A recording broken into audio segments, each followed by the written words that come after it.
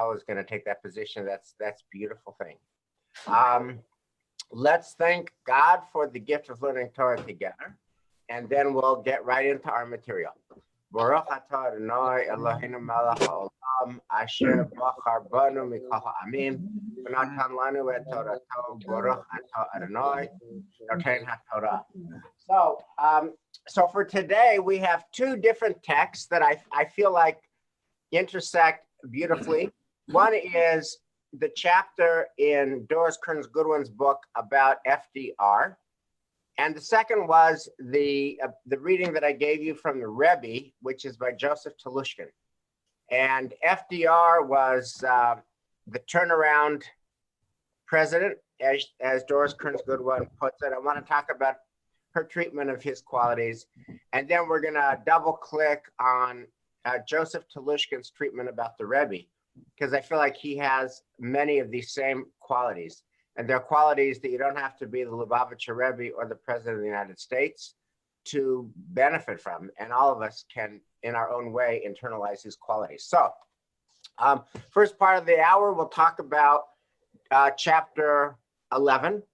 Love your thoughts. What did you guys think about FDR during the Great Depression?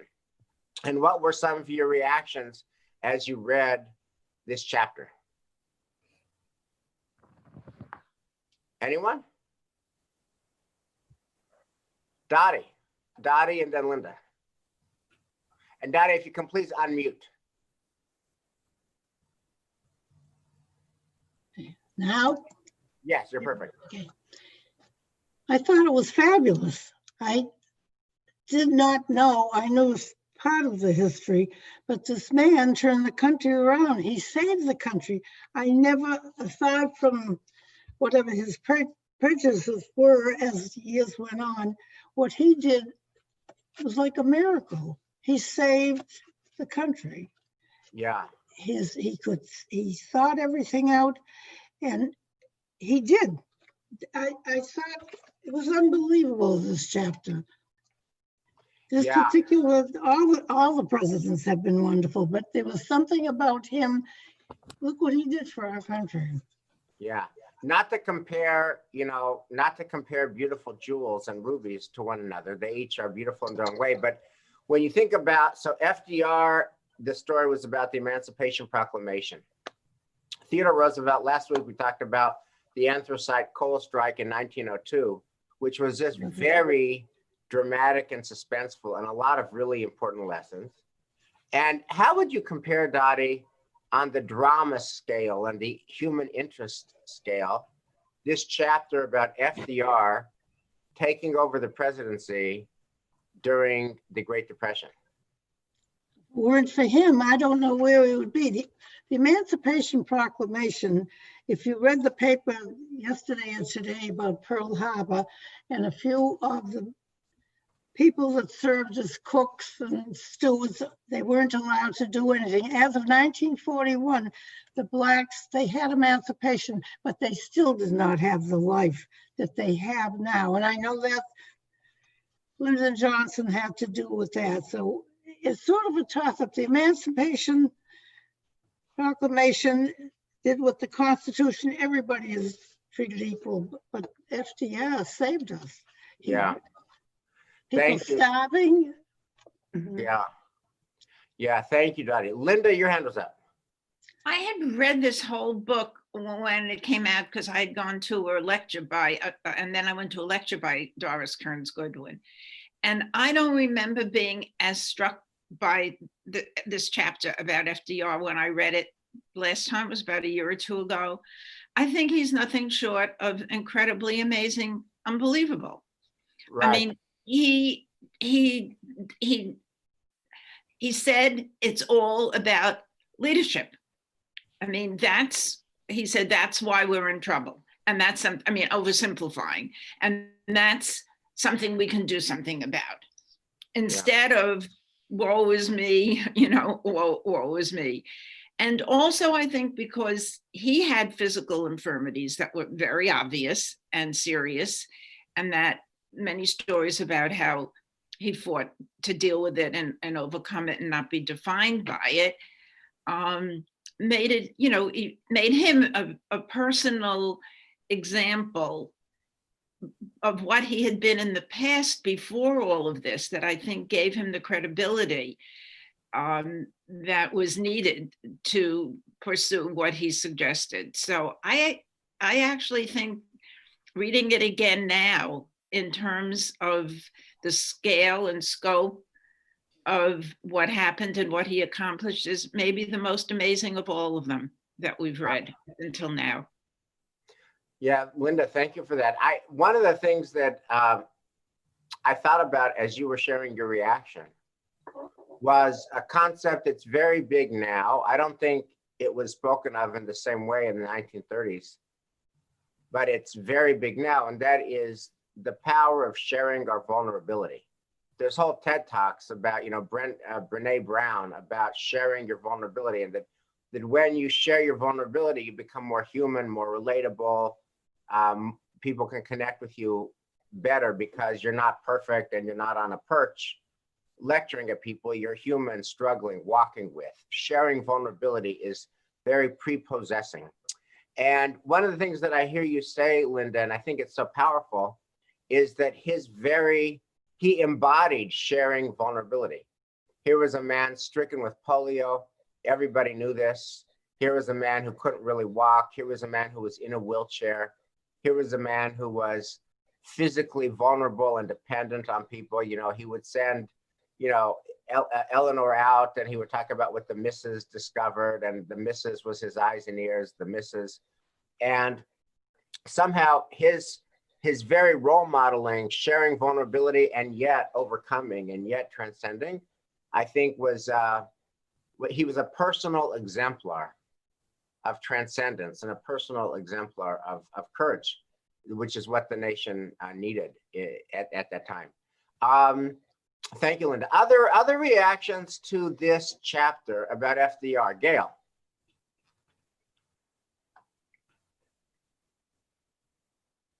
Gail, you're still muted, my friend.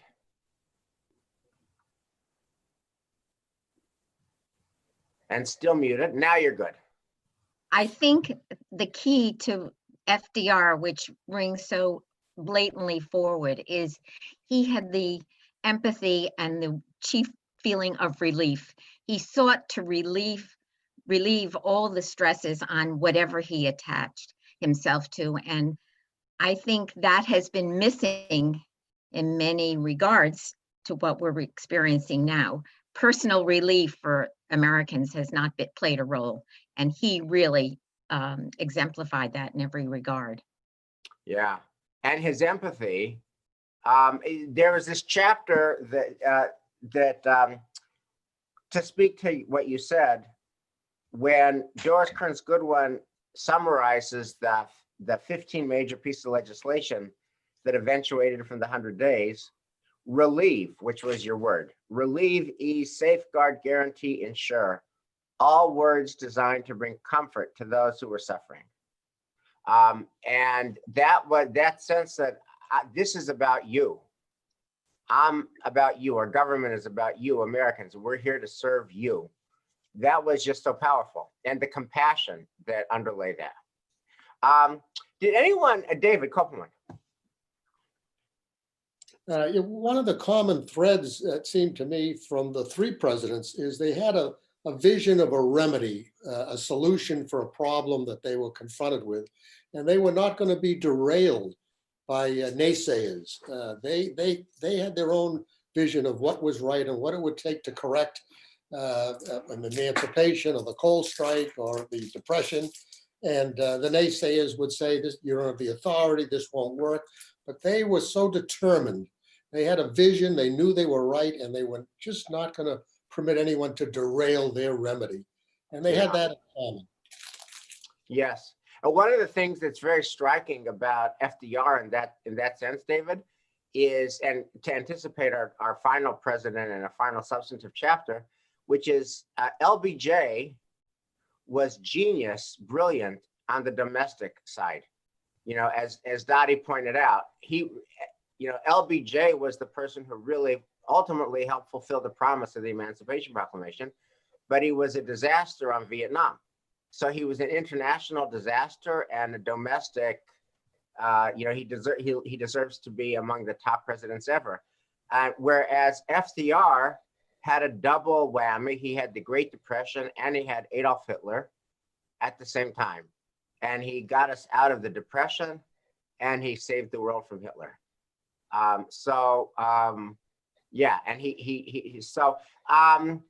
wanted to ask you a question about reading this chapter 11, the Great Depression, during our own Great Depression. I mean, it's impossible unless you are hermetically sealed from the world, unless you don't listen to the news. When you listen to NPR or you read, the Wall Street Journal, the New York Times, the Washington Post, the Boston Globe. I mean, all of the stories are about incredible suffering and loss, medical loss, financial loss, lives lost. And my question to you was, I remember studying the New Deal in 1980, 81, 82 when I was in college. And then I felt like I was on a stable platform, America in 1980. We're not in crisis. I mean, we have work to do, but we're not in crisis. And I'm reading about a historical epic that happened years ago, that scarred my dad. My dad was never the same because of the Great Depression. There were so many people who were never the same because of the Great Depression. I'm sure many of you and your families have these stories, both on my side and my wife Shira's side. There's a story of a lost dime, that my father lost a nickel and, his mother couldn't believe it. And, my father lost a nickel and his mother couldn't believe it. And for a nickel, right? But that was history. Like I was reading about something that happened to other people. And I wanted to ask you about the emotional experience of reading about privation and suffering, not as history, but as a mirror of our own privation and suffering. When we are going through our own Great Depression, what was it like to read about the Great Depression? Anyone want to comment on that? And let me go to my second pane to make sure that I'm not missing anybody. Anybody have an experience of reading about the Great Depression while we're in the middle of our own Great Depression? Anybody? Sandy, you're shaking your head. Help me out here. I couldn't help think about the parallels of what's going on today with a president who was ignoring it and a Congress who was not doing anything to alleviate it. Whereas FDR took the bull by the horns and he had a plan, a step-by-step plan that he executed. And also his fireside chats that he calmed the people, came into their homes and was part of their homes and their lives and was empathetic. His dealing with the press, he didn't want pre-arranged questions. He wanted an open dialogue.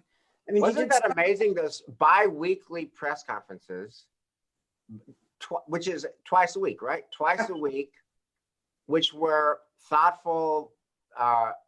They were on different sides. One was the president, one was the press, but it was respectful. And that was just like so different from our world.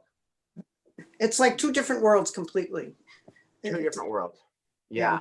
And I also thought about his exposing himself and his vulnerabilities to the world or people, and how that resonated with everybody, and kind of thought about Biden at the same time, how he also has exposed himself in his grief about his family and made himself much more human and empathetic.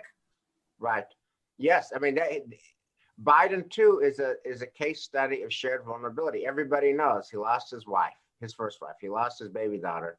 Then he lost his son, Beau. And I think that's also a case study. Okay. So what I want to do is ask you to think about, as we segue from FDR to a Jewish connection on this material, what were the personal qualities that would enable somebody to inherit a country that was in deep depression, literally deep depression, food insecurity, food privation, jobs lost, farms lost, etc.? What were the personal qualities? So I wanted to focus on these two qualities that I think emerged from Doris Kearns Goodwin's piece, and connected so directly to this book on the Rebbe.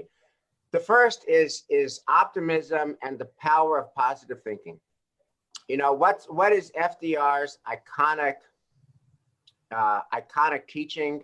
We have nothing to fear but fear itself. We have nothing to fear but fear itself, which is about, if we can control our attitude, if we can control our framing, we can solve this. Just a positive energy agenda. So I want to talk about that as that relates to the Rebbe. And then the other thing, I think of all the chapters that I've ever read, this was the most consequential for me, which is chapter 10 in his book. And I sent you an excerpt. Anything that's worth doing is worth doing now. Ever since I read that chapter, if anybody ever emails me, Rabbi, can I meet? Or Rabbi, can I have a phone call with you? I will always do it, if at all possible, that day, that same day. How about now? My basic response to anything and anybody is how about now? And I got that from Talushkin's treatment of the Rebbe. How about now? And by the way, I've shared that with my colleagues. And all of us try to do that as best we humanly can. If somebody wants to meet, it's not, you know, anytime somebody wants to meet with a rabbi, there's usually an urgency. So to say, sure, I can meet with you 3 weeks from now or 3 months from now is not very helpful. The much more helpful move is, sure, how about today? How about now? How about now? And I got that from the Rebbe. And that feels very much of a piece with the urgency of FDR. You know, saving the banks in the first 7 days and then not letting Congress go back and spending 100 days to come up with all this legislation. So I want to talk about optimism and want to talk about urgency. So we're now in the Talushkin thing. And by the way, and both of these, what I love about both of these qualities, positive energy, positive framing, positive vocabulary, and action orientation, action now, is that all of us, we don't have to be the Lubavitcher Rebbe, and we're not. And we don't have to be president of the United States, and we're not. But all of us can channel both of these qualities in our own lives, and it makes for a better life. So first is positive energy.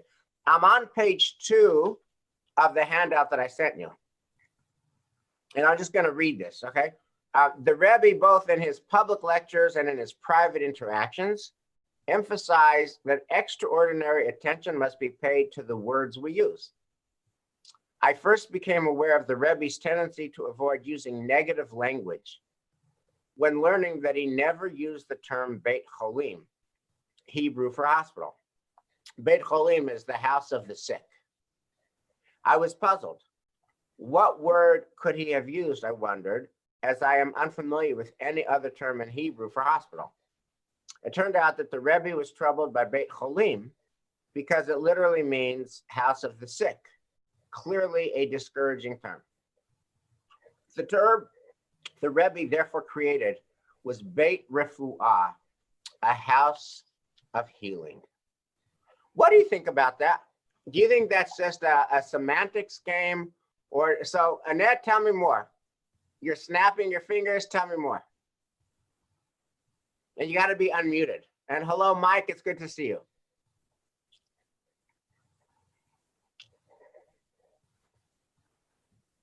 There I am. Hi. Oh, well, I just thought that was marvelous because in the reframing of words, you approach the hospital as not something negative that you're going into, but something that will help you. So if we could reframe a lot of our words and the way we place things, you could really say that this is to make you better. He did the same thing with veterans. I forgot what the word that he used for veterans, the House of Heroes, or what would he call it? Yeah, he, instead of, that was just so powerful, Annette. Yeah. Instead of calling the disabled veterans, Sahal, the handicapped of the Israel Defense Forces, he called them Matsuyanim, which means the excellent, the elite of the Israeli Defense Forces. The heroes of the Israeli Defense Forces. And it really does change your thinking. I sometimes say you got to call a spade, but no, you don't. You really don't. It's Right. better to think of a better way, and it just gets you into another way of thinking. We all know when someone comforts us, the kinds of things that they say. Anyway, so that's why I said Yeah. I think it was a So revelation. I want to double click here because language, and he doesn't change the reality. A hospital is a hospital. And you could call it Beit Cholim, it's the house of the sick, or you could call it Beit Refuah, it's the house of healing. And you could call the soldiers who have injuries disabled, or you could call them the heroes of Israel. It's words, it doesn't change the reality, but does it change the reality? And my question for you is, we live in an era where if we wanted to use negative language, Lord, there's no end of reality that we could use negative language on. For example, I have heard it said, I'm not a statistician and I'm not an epidemiologist, but I've heard it said that there's, a death a minute every day in America. A death a minute every day in America. I've heard it said that every day is 9/11 in America. Every day is 9/11. Click, tick, tick, tick, click, click, click.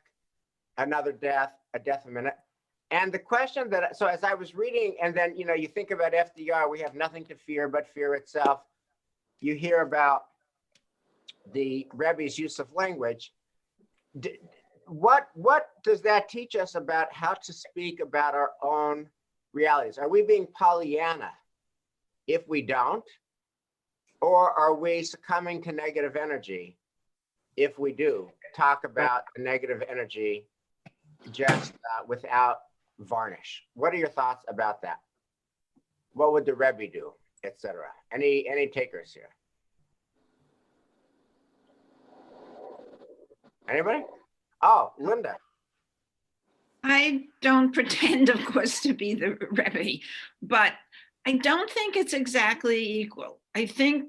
Because I think the problem that we have now, and I certainly don't want to get into a discussion about he whose name I don't even want to mention. Right. It's not like there's a good alternative that we have anybody in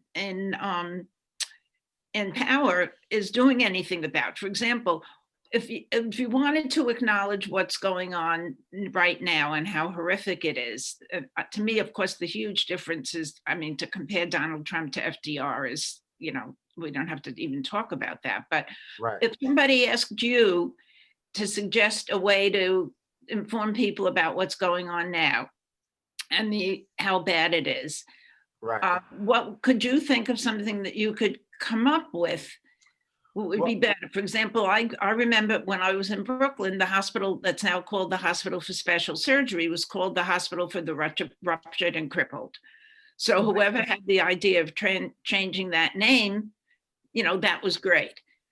But what if you had the power to say you're going to tell the Boston Globe to have a different headline every day? What would you suggest? Well, this is not academic, Linda. Let me answer you with an analogy and then a question. I want to keep your question very much in mind. Here's the analogy. I found this very powerful, right? The Rebbe himself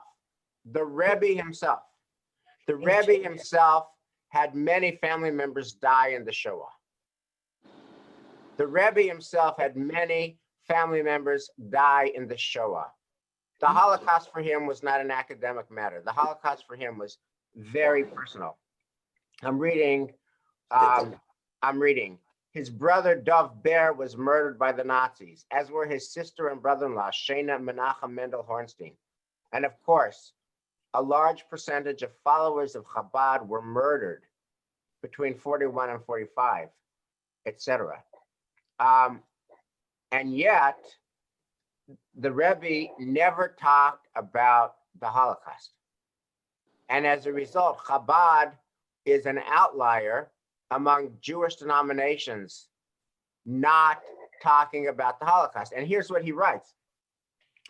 In Chabad outreach and in the Rebbe speeches throughout the post-war years, the emphasis was never on the Holocaust, but on Simcha Shal Mitzvah, the joy of doing a mitzvah. This probably had to do both with the Rebbe's naturally optimistic inclination and with a strategic assessment that the Holocaust does not ultimately provide a positive motivation for Jews to go on leading Jewish lives. So in other words, I just want to dwell here and marinate on this topic. The Rebbe who lost personal family to the Shoah, and the Rebbe who lost many Chabad Jews to the Shoah, and the Rebbe who was deeply connected to Am Yisrael, and he knew about the 6 million. He never talked about the Holocaust. He talked about Shabbos, and he talked about Torah, and he talked about Simcha. And my question to you is, what do you think of that move?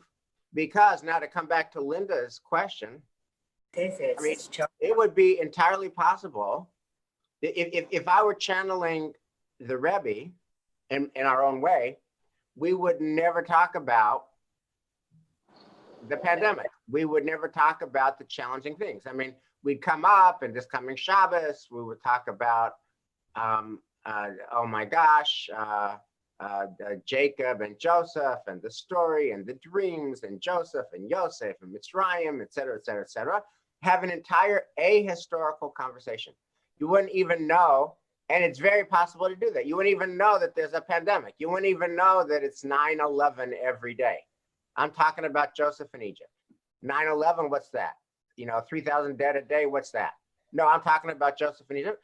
And that feels like it's the Rebbe's move. So I want to ask you the question, what do you want to hear? What's more important? Is it responsible optimism, or is it an irresponsible evasion of reality to do that? I'd love your thoughts. Are there only two opposite, totally stark, is there no such thing as a middle ground? Oh, no, I'm a big believer in middle ground, but I'm just trying to lay out the spectrum. The Rebbe apparently did not talk about the Shoah. That seemed to be kind of an extreme position of his, right? And even, and you'll see this in his, we don't have time to go over it, but even with what's it called? The 9th of Av, which is when the first temple was destroyed and the second temple was destroyed. The 9th of Av is always described as the saddest day on the Jewish calendar. The Rebbe was determined not to do this. I'm reading on page 114, page 4 of the handout. Most Jews, when mentioning Tisha B'Av, almost reflexively remarked that it's the saddest day in the Jewish calendar. I was taken aback to see a letter the Menachem Mendel Schneerson wrote to his mother-in-law a few months before the wedding, in which he dated the letter Erev Tisha B'Av, the birthday of the righteous Messiah. Well, there is a midrash that teaches the Messiah will be born on Tisha B'Av. One rarely hears another try to mitigate the sadness of the day by mentioning this teaching when referring to the upcoming fasting. So, in other words, Linda, I'm a big believer in middle grounds, but I'm making the observation: the Rebbe here does not occupy a middle ground. The Rebbe here occupies kind of an extreme position about willful disregard of sad, willful assertion of optimism. John Boris.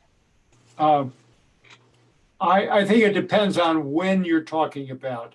In the middle of the Holocaust, did the Rebbe never address it? Because that leads to denial, and it leads to not facing the problem. One thing about FDR was he said, there's a real problem here, and we have to do something about it. We can do it together. We're going to do it together. He was optimistic, but he didn't ignore the problem as our current occupant of the White House does. Say it's going to go away, it's nothing, it's a flu. And I think you have to face the problem, but with optimism, with a plan, with going forward, and ask people to come together. And that's what I'm hoping will happen in January. My concern is that none of the presidents before ever had, in this book, ever had such a divided country, right, and a divided Congress. FDR had the whole thing. So did Roosevelt. They got all the southern states were gone, so the Republicans had everything during the Civil War. This is very different, but right. I think you have to face the reality and deal with it optimistically. Okay, good. So that's his first signature move. The second one is just amazing, which is anything worth doing is worth doing now. So this, if you haven't read this, read pages 6 and 7. I won't read it now, just in the interest of time. I'll just tell you the story. This is one of the great stories of the Jewish people, which is that some rabbi in South Africa comes to see the Rebbe about this time of year, December, kind of Erev Hanukkah. And they're talking about prisons in South Africa where Jews are found. And the Rebbe asked this Rabbi Shabsi Katz, hey, do the prisoners, the Jewish prisoners in South Africa's prisons, do they have Hanukkah menorahs and Hanukkah candles, and can they light the candles? And this Rabbi Katz, this South African rabbi, says no. So the Rebbe says, well, we got to fix that. And Rabbi Katz says, I'm on it. For next year, I'll fix it. And the Rebbe says, what do you mean for next year? What do you mean for next year? Hanukkah is like next week. Let's do it now for this year. And Rabbi Katz says, He's got 11 reasons why I can't do it, including I'm not even there. And of course, if you read the story, the Rebbe calls the South African official, a Gentile man who heads the prison system, and with the time change, calls him in the middle of the night. And as Telushkin relates the story, this guy gets the call and says, I don't know what Hanukkah is. I don't know what a menorah is. I don't know what candle lighting is. But I do know if you're calling me in the middle of the night, it must be important. And I see that importance, and I will make sure that Jewish prisoners will be able to do this ritual commandment, and they will have candelabras, and they'll have candles, and they'll be able to light. And so it's kind of a beautiful story. Anything worth doing is worth doing now. And I thought that sense of urgency and act now really was FDR's move. I mean, the banking system was dead, and within 1 week, he revived it. And then, that add 93 more days, and then 15 pieces of legislation. And he just came up with all this stuff right away. And I wanted to ask you what you think about that, and how do you internalize, and how do you mobilize, and how do you channel anything worth doing is worth doing now? Love your thoughts on that one. Anyone? Barbara Resnick. Well, I think that was what's so characteristic of the chapter. He was so creative. He didn't know that much about banking. He didn't know what was going on. He looked at the problem. He created in his own head what he had to do, got a variety of people with different answers, and managed them well. And there were great stories about how Harold Ickes and what's the other one's name? Right. Yeah. And so he was so brilliantly decisive and so quick to turn around. Most people can't do that. They don't see the solution. He was so unique in his leadership skills that just as well with the empathy, but for his background, the empathy was terrific, but his own leadership skills and turning it around creatively was so brilliant. Yeah, Barbara, I wanted to marinate on that point, which is, and this is something that I think affects every one of us on this Zoom class in our own ways. And this, by the way, connects directly as well to the Lincoln chapter and to the Roosevelt chapter, which is very often, it's not like whether what you have to say is received. Whether what you have to say is received, it's very often not about the content of what you have to say. And it's not about the merits of what you have to say. It's about how you roll it out. And how does the person that you're talking to feel when you're engaging with them? And do they feel heard? Do they feel seen? Do they feel like you care about? Then if you think about it, that's just a constant through line throughout this book, right? When Lincoln did the Emancipation Proclamation, then he had this team of rivals. He said, here's what I'd like to do. What do you think? And he listened and he changed the timing and et cetera. And they all felt heard. It wasn't just the content, it was how he rolled it out. And this was the through line last week with Theodore Roosevelt. In fact, the coal miner, the operators, the owners of the mines, ended up actually on the substance doing the same thing that the union representative had recommended months earlier. But Theodore Roosevelt made them think it was their idea. So now they liked it. It wasn't about the content was the same. And then here you have, Barbara, your story about the conflict between these, Harold Ickes and Harry Hopkins. And one did the big long-term projects and one did much shorter projects. And there was natural tension. And Roosevelt made it his business. He takes them on a month-long cruise where these two antagonists have to spend time as humans, having a cocktail with the president. And here's the deal. So in his diary, Ickes records numerous occasions when he had resolved to resign, only to be reeled back into the fold by, quote, the unaffected simplicity and personal charm of the man.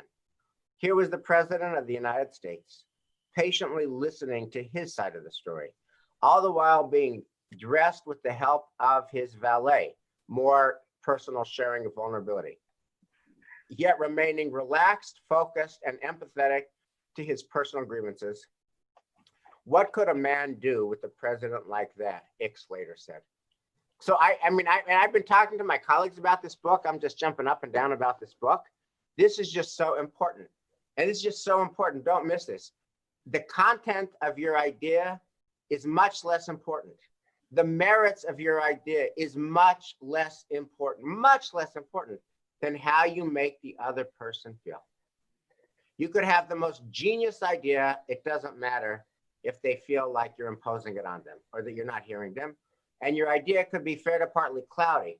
But if you're listening to them and you're connected to them and you're empathetic, then, oh my God, I love your idea. Even better if they think it's their own idea. And that's also, I think, true here.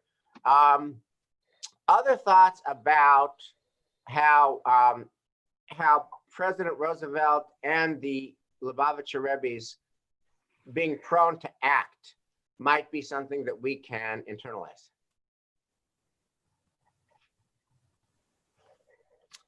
David Kopelman.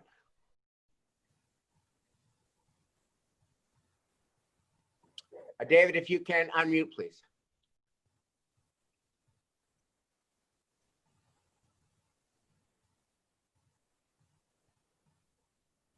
Okay, well, David is going to try to unmute.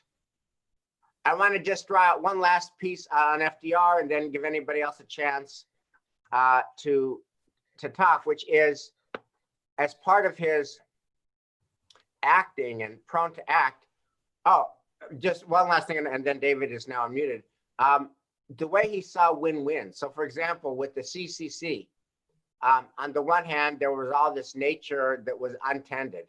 On the other hand, there were all these young men who didn't have a job. And these young men didn't know anything about nature, and the nature had never been tended. But he puts together all these young men and all this nature that needs tending and all these young men who need a job. And boom, before you know it, young men have jobs and they're learning skills and the earth is being tended. A win-win-win that came about by his being prone to act. David Kopelman. Can't do it. Am I unmuted? Now you're perfect. Okay. The business about acting now is kind of contrary to human nature. I mean, I give these men so much credit when you think about it, because the natural tendency, at least for me, speaking personally, is to procrastinate, especially if you're trying to do something new or somewhat distasteful to yourself. You're trying to do it and then you say, well, I don't really feel like doing it. I'll do it tomorrow, and tomorrow comes and I'll do it next week.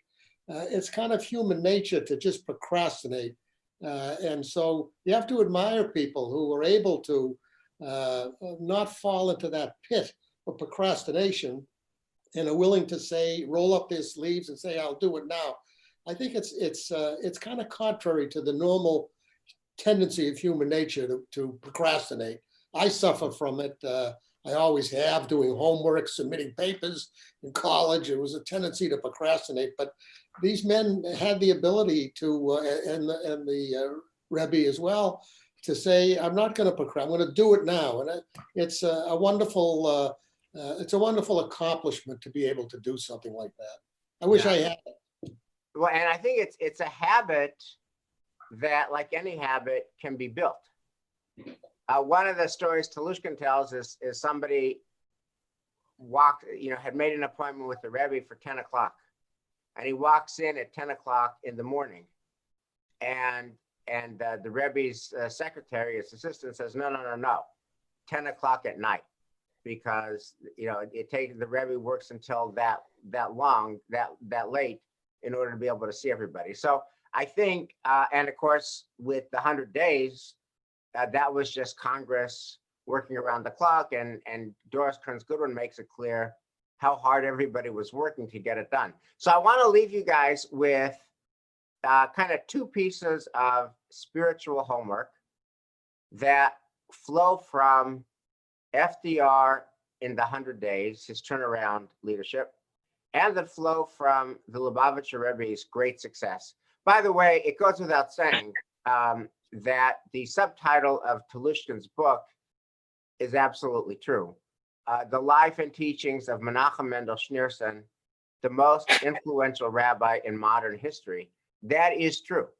Back in the days, I mean, and not only is that true, that he's the most influential rabbi in modern history, but what is striking about it is there can be no debate about that.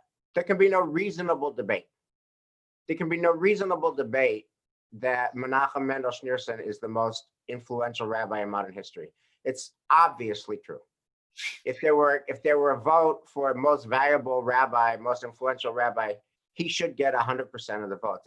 And given that the Jewish people are such a diverse and opinionated lot, it's kind of striking. But if you think about it, the Rebbe founded a movement where back in the days when people were traveling, you could be in Thailand and there is a Chabad shul in Thailand. You could be in Bangkok. You could be in anywhere in the world, remote.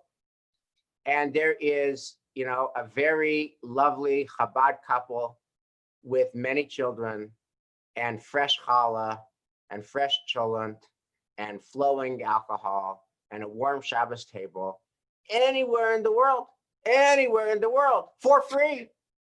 And that, so how does he accomplish that? Pronation, being prone to act and to believe that he could do it. So here's your spiritual homework. And it's just simply two things. How can you upgrade your positive energy game? How can you speak more positively in ways that will guide you to act more positively? What does your own version of, I'm not going to call it the house of the sick, I'm going to call it a house of healing. What does that look like? I'm not going to call them cripples or disabled. I'm going to call them the heroes and the most distinguished of socials. What does that look like for you? And then the second is, anything worth doing is worth doing now.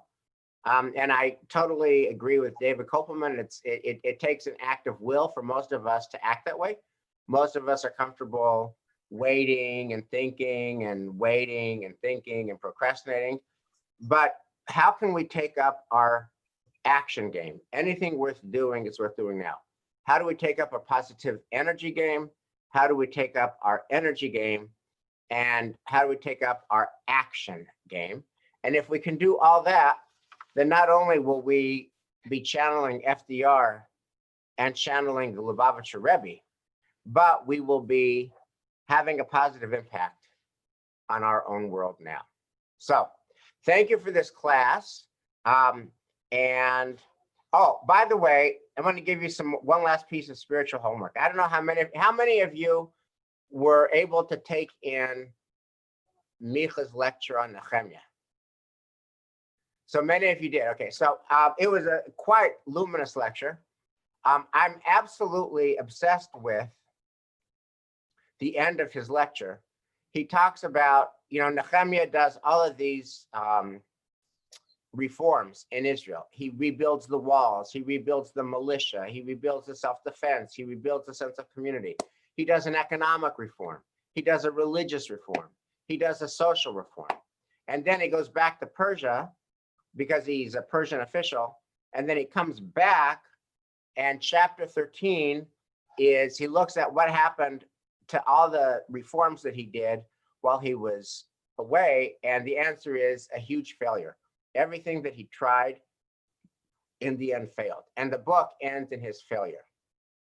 I just love that. I just think that's so real. And so I'm going to be sending out a link to Micha's lecture. If you haven't heard it, it's just gold. I would encourage you to do it. And then I'm going to be sending out chapter 13, which is this last chapter of Nehemiah, where this guy who has done all of this work, all of these reforms, all of this building, all of this rebuilding, sees that none of it took. All of it is one step forward, two steps back.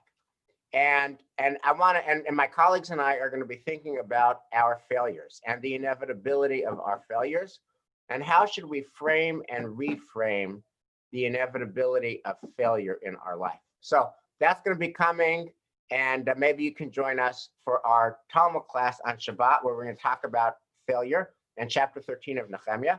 And for next week, we have got Lyndon Baines Johnson, chapter 12 of our book. So guys, thank you so much. Have a wonderful week, and hope to see you on Shabbat and on Tuesday. Thank you so much. Bye. Thank you. Thank you. It was great. Thank you. Bye, everyone. Bye, everyone. Have a great week. Stay safe.